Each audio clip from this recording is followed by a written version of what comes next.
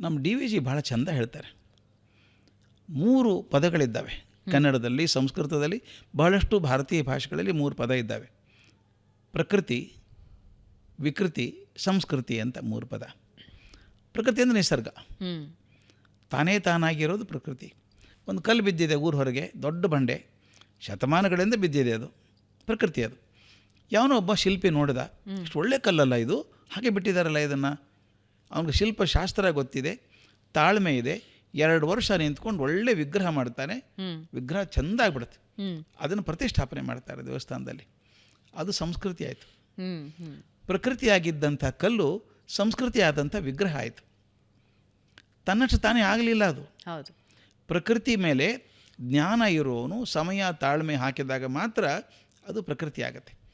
ಯಾವನೋ ಅದನ್ನು ನೋಡಿ ಒಡೆದು ಚೂರು ಮಾಡಿ ರಸ್ತೆ ಜಲ್ಲಿ ಹಾಕಿಬಿಟ್ರೆ ವಿಗ್ರಹ ಆಗಬಹುದಾಗಿದ್ದಂಥದ್ದು ಒಂದು ಜಲ್ಲಿ ಚೂರು ಆಯ್ತಲ್ಲ, ಅದು ವಿಕೃತಿ.